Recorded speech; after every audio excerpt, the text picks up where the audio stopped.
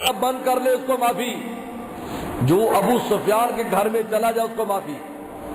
یہ 3 اعلان ہوئے۔ لوگ اپنی اپنی جان بچانے کے لیے کسی نے دروازے بند کر لیے، خانہ کعبہ میں چلے گئے، کوئی ابو سفیان کے گھر میں چلے گئے۔ پیغمبر صلی اللہ علیہ وسلم تشریف فرمائے تو صحابہ نے آ کر کہا کہ اللہ کے نبی صلی اللہ علیہ وسلم، وہ ابن خطل جو آپ کو گالیاں دیتا تھا، مکہ شریف میں وہ میلہ کرتا تھا اور اس میں رسول اللہ کو گالیاں دی جاتی تھی، نعوذ باللہ باقاعدہ مجلس سے سجاتا تھا، ایسے اشعار پڑھتا تھا جیسے پیغمبر صلی اللہ علیہ وسلم کی توہین ہوتی تھی۔ کہا کہ حضرت وہ خانہ کعبہ میں نہیں بلکہ خانہ کعبہ کے پردے کے نیچے گھسا ہوا ہے کہ میری جان بچ جائے۔ اب یہ دیکھیے آپ نے 3 اعلان کیے، اس اعلان کے مطابق تو اس کی معافی ہو گئی کہ خانہ کعبہ کے بجائے پردے کے اندر ہے، متعلقم باستار الکعبۃ، بخاری شریف میں آتا ہے کہ وہ پاپ کعبہ کے پردوں کے ساتھ لٹکا ہوا ہے، تو اس کی معافی ہو گئی۔ لیکن آپ فرمایا کہ نہیں، فرمایا فقتلوہ، خانہ کعبہ کے پردے کے نیچے ہی اس کو قتل کر دو، باہر بھی لانے کی اجازت نہیں، حالانکہ مسجد ہے۔ آپ نے اتنا بھی گوارا نہیں کیا کہ اس کو باہر لا کر قتل کیا جائے حرم سے، فرمایا فقتلوہ، وہی قتل کر دو اس کو۔ سوچنے کی بات ہے، جب اعلان ہوا تو پھر اس کی معافی کیوں نہیں ہوئی؟ اس لیے کہ رسول اللہ کے گستاخ کی معافی خود رسول بھی معاف نہیں کر سکتے، کیونکہ یہ اللہ تک، کیونکہ سفیر ہے اور سفیر کی توہین بادشاہت اور ملک کی توہین ہے۔ آج ہمارے سفیر کے ساتھ کچھ ہوتا ہے، ہمارا ملک احتجاج کرتا ہے یا نہیں؟ یہاں اوپر سے بات آئے گی تو معافی ہے، ورنہ نہیں۔ تو آج اگر کوئی کہتے میں معاف کر دوں، آپ معاف کر دو، یا کوئی معافی مانگ لے تو ہم کیسے معاف کر سکتے ہیں؟ پیغمبر تو صاحب وحی تھا، ان پر وحی آ جاتی، وحی نہ آئی، ابن خطل کو قتل کرایا، اور ایک خاتون بھی توہین کرتی تھی، آپ نے صحابہ سے کہا اس کو تلاش کرو اور اس کو قتل کرو، وہ بھاگ گئی تھی، ان کو تلاش کرو اور قتل کرو اس کو۔ اس لیے کہ اللہ تعالیٰ بادشاہت کی توہین ہے یہ، اور وہ اللہ تعالیٰ جو پوری دنیا کا مالک ہے، آخرت کا مالک ہے، بادشاہ کو بادشاہت بھیک میں دیتا ہے، جس کی ذات ایسی عظمت والی ہے، اس کی کوئی توہین کرے، ایک چھوٹا سا انسان معمولی جس کائنات کے اندر جس کا درجہ ارب اور کھرب کے ساتھ سے بھی لگایا جائے تو اس کا درجہ اس میں نہیں آتا، اور وہ مالک بھی ہو، خالق بھی ہو، سب کچھ ہو، اور اتنے بڑے اللہ تعالیٰ کی توہین کرتا ہے اور اس کے رسول کی اور سفیر کی توہین کرتا ہے، اور اس کو سزا نہ ملے، عجیب بات ہے۔ پھر تو سلطنت ہی ایسی ہے، کسی سلطنت کی مضبوطی تو یہی ہے۔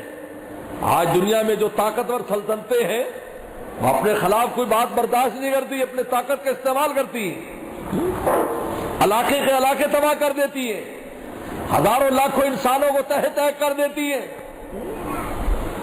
یہاں تو پھر بھی اسلام کا قانون ہے، اسلام کہتا ہے جس نے کی ہے بس وہی مجرم ہے، اس کے خاندان کو کچھ نہیں کہتا، اس کی برادری کو کچھ نہیں کہتا۔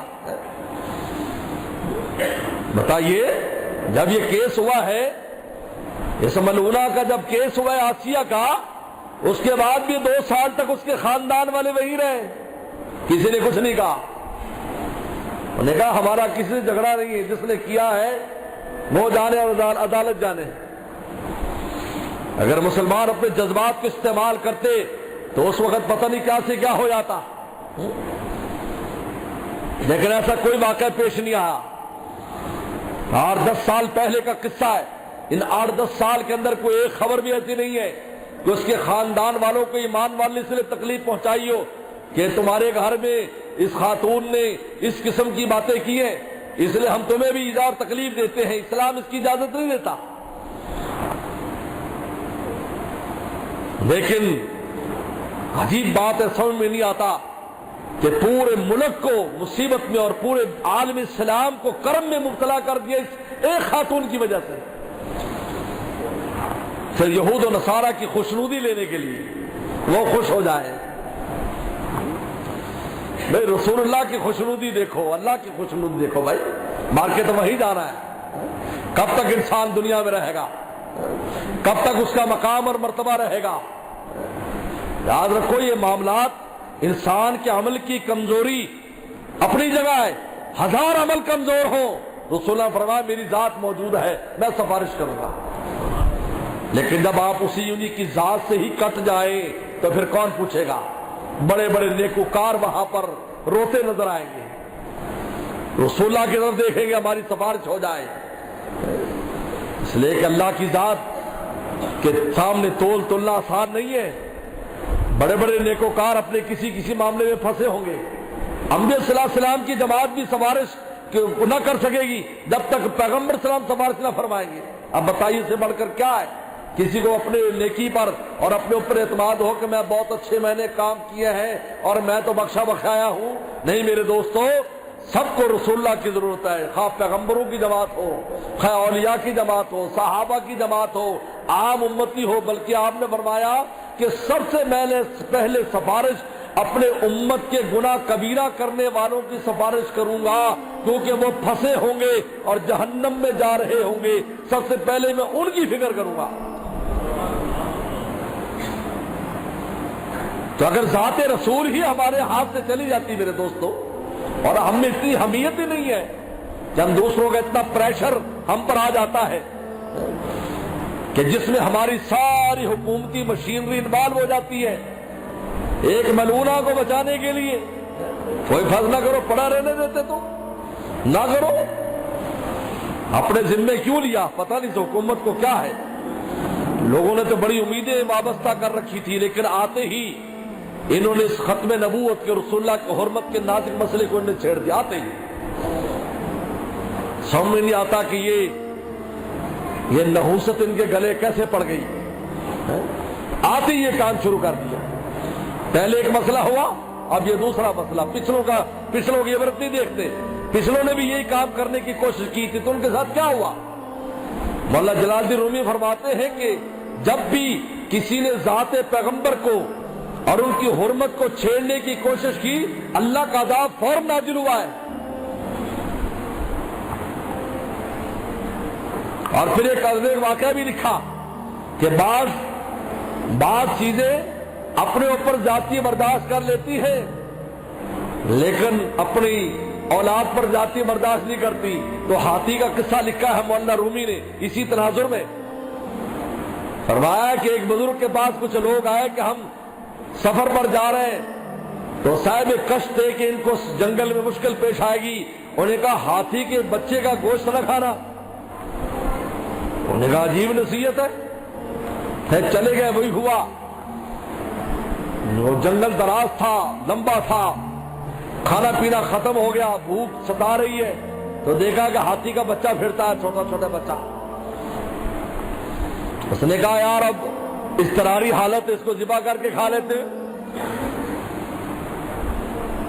تو ان میں سے ایک نے کہا کہ دیکھو بزرگوں نے منع کیا تھا کہ ہاتھی کے بچے کا گوشت نہیں کھانا، کوئی اور کام کر لو، کوئی اور جانور پکڑ لو۔ انہوں نے کہا نہیں آسانی سے ہاتھ آ جائے گا، اور وہی پکڑ لیا، ذبح کر کے کھا لیا۔ اس نے نہیں کھایا۔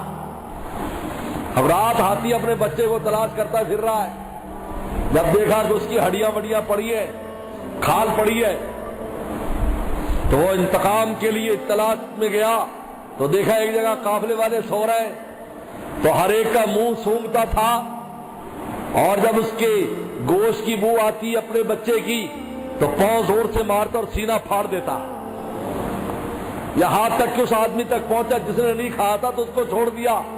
تو مولانا رومی نے لکھا کہ اللہ تعالیٰ کی بھی لوگ توہین کرتے ہیں، اور اللہ تعالیٰ کو بھی نعوذ باللہ برا بلا کہتے ہیں۔ اللہ تعالیٰ کی ذات اتنی جلدی انتقام نہیں لیتی، لیکن رسول اللہ کی جب بھی کسی نے توہین کی ہے فوراً عذاب نازل ہوا ہے۔ اگر حکومتیں تھی تو حکومتیں بھی ختم ہو گئیں، اگر انسان تھے تو انسان بھی ختم ہو گئے، فوراً عذاب پہ کوڑا پڑتا ہے۔ عائشہ فرماتی ہے اللہ کے نبی صلی اللہ علیہ وسلم میں نے جتنی جلدی آپ کے بارے میں خدا فیصلہ فرماتے ہیں میں نے کسی کے بارے میں نہیں دیکھا، آپ کی چاہت پر، آپ کی راحت پر فوراً فیصلہ فرما دیتے ہیں۔ طائف کے بازاروں میں جب آپ پر ظلم ہوا فوراً عذاب آیا،